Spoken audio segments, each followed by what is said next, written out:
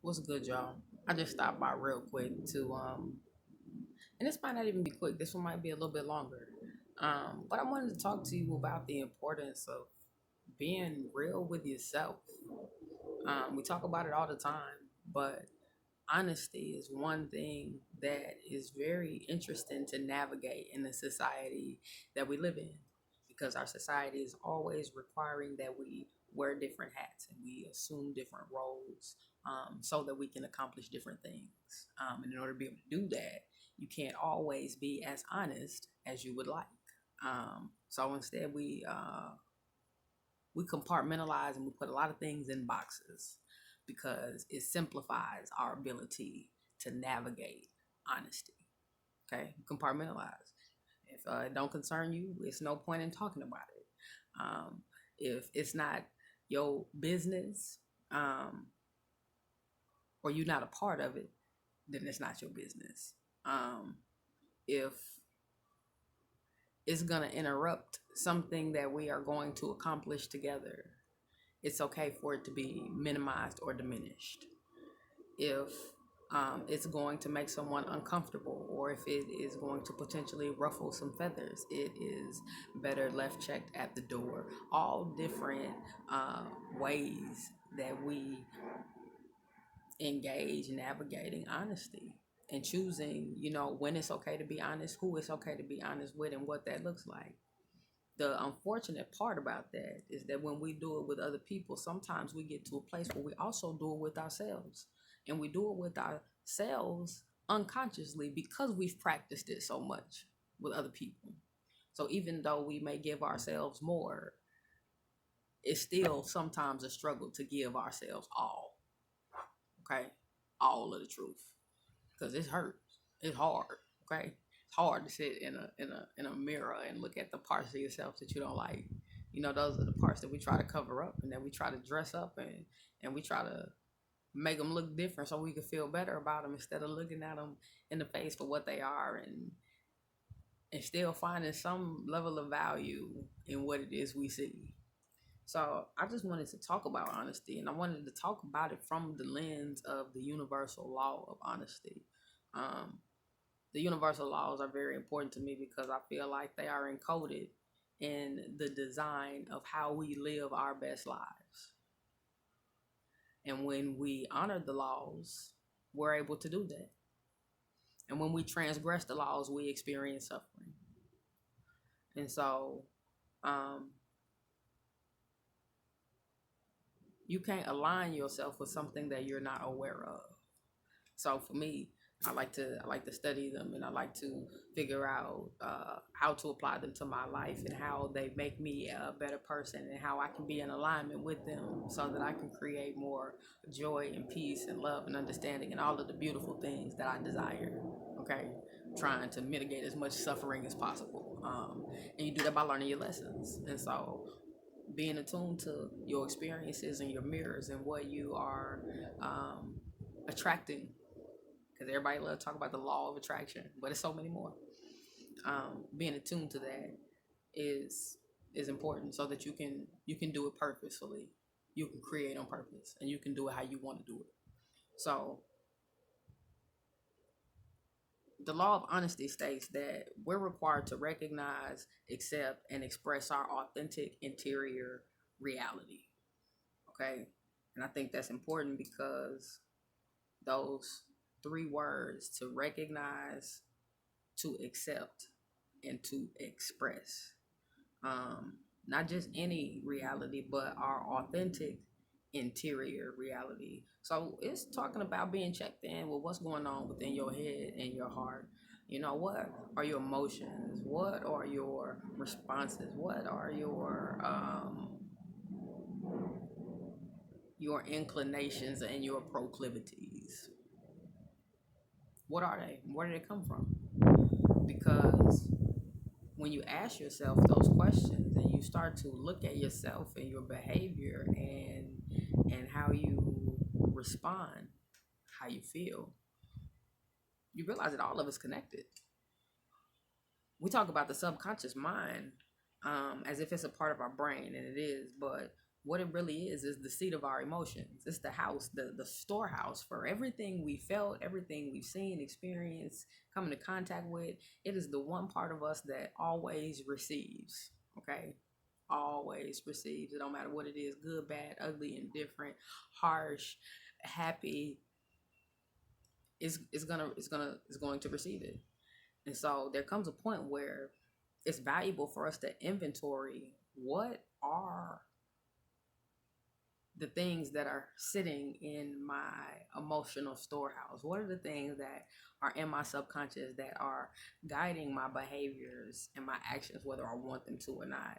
Um, because when we go back and we look at our experiences and we look at our feelings and we look at what was produced in them, um, a lot of times it's things that we would rather not deal with because they were painful emotions or experiences. And so when we go there, when we touch that, when we look at it and we accept it, then and only then do we have the ability to be able to transcend it. But what you recognize and you accept, we must express so that we no longer hold it. It's no longer a part of us. It's not something that we are allowing to be imprisoned within this self in this body. Um, and once you express it, you can let it go. And you can choose then what you would like to feel, and then you can move in that direction. And so that's what the next part of the law talks about. It's to align your actions with higher laws, thoughts, and ways, despite negative impulses to do otherwise. You see, once we actually deal with what's there and we make a conscious choice about what we desire to be there, what comes to mind naturally for me is that we will want something better than whatever it is that we dealing with, that we're expressing, unless it's something that's positive. And if it's positive, then that's something that we want to keep and we want to hold on to. But the alignment of higher ways and higher thoughts and higher laws are the things that keep us moving towards the light.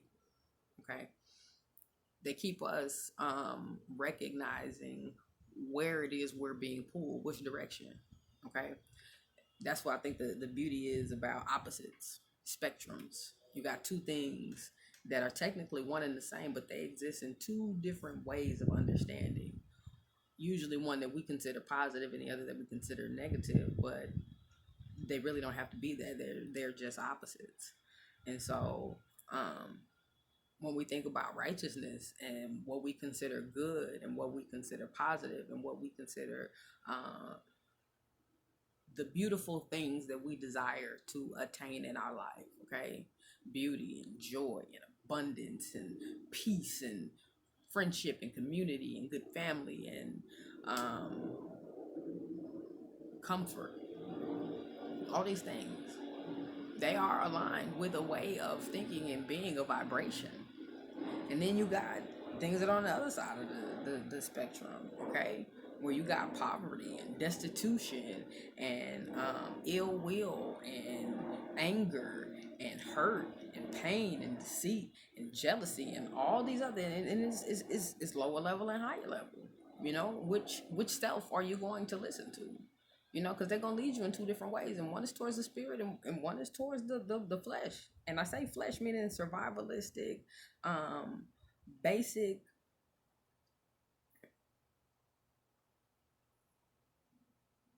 basic, animalistic ways of needing to survive. Because we all got to live out here. But it's a matter of perspective around how we're going to do that and what we need to focus on. You know, Maslow's hierarchy of needs gives us, you know, a blueprint for understanding, you know, which ones come first, what needs to be sustained in order for us to be able to focus on other things. But we always got to be checked into where our head and our heart is, no matter where we are in our lives, because our mental state and our spiritual state dictate how we approach anything that we put our hands to. So the more honest that we can be about what those states are, the more equipped we're going to be able to move ourselves into where we would like to be. Everything is conscious. It's all about what we're attuned to, what we're paying attention to, and how we are applying those things to our lives and relating to them. And so the other thing is to express your true feelings and needs, and don't let fear stop you. again, because we live in this society that requires us to be able to take on these different roles and these different ways of being. um it's hard sometimes for us to be able to do that, to express what we need and to be able to stand on that and get what we need. Hell, it's hard sometimes for us to even get to a quiet enough space where we can discern and check in with ourselves and figure out what it is. What do I need in my life right now? There are so many times that I've been moving so fast and had so many different things to do, meetings to go to, here, stuff to write, family time to have, like all these different obligations where I don't know if I'm coming or going. And because I don't know if I'm coming or going, I really can't tell you what I need. Even if somebody came to me and they wanted to give it to me, I couldn't even answer them in a way that would be helpful. And so sometimes it's just a matter of slowing down enough to be able to figure that out. And so in order to recognize, what is in your authentic interior reality, check in with yourself. Slow down. Be still. Meditate. Self-reflect, journal, do something that helps you check in with where your head and your heart is, and figure out where it hurts. Because if you can figure out where it hurts, then you can figure out where you need to help it feel a little better. Accept your reality. Accept your authentic interior reality. That means look your pain in the face and make peace with it. Look your pain in the face and make peace with it. And that means acknowledging that it existed and not staying in the hurt. Okay, a lot of times we can get stuck on it, but the longer that we stay and hurt, the more that we magnify that vibration. And so the only reason we want to stay there is if we want to create more of that. And so we want to acknowledge it because our pain is real, it is valid, it needs to be acknowledged and expressed. But don't live in that place. Choose a different emotion and elevate, and continue to elevate even through the discomfort and the pain, so that becomes normal and the process of that becomes normal. And then express. Before you tell the truth to anybody, you got to tell the truth to yourself. Because if you don't tell the truth to yourself, then you cannot do these things in order to be able to create a new reality. But once you tell the truth to yourself and you know what your truth is and you've explored it and you understand it and you can stand on it, you can express it to anybody else. You can help them understand you better because you understand you better. And not only that, but you can also recognize in other people better what you're seeing in terms of where they are in their process, because you're actually undergoing one yourself, you know? And the other part of that is really, truly, and deeply asking yourself, once you have told the truth about your reality, who am I and who do I want to be? Because that's what you want to move towards creating. And the more that you can focus on what you want to create as opposed to what you don't want, or what you've already experienced that you feel was unfavorable to you, the more that you'll create that is pleasant, that is favorable, that is desirable for you and what you want in your life. And once you know what that is, don't settle for nothing until you get there. Live authentically every day in an expression of alignment, that you're moving towards what it is you want, who it is you want to be, the things that you want to have around you, the type of lifestyle that you want to live. Like, I love nature. You see, I'm out here with plants and shit. Like, this is what I enjoy. I appreciate it because it helps keep me grounded. It's a reminder to me that I am one with the source and that everything around me is living and it is purposeful and that we're all connected in one way or another. Being outside is my reminder of that.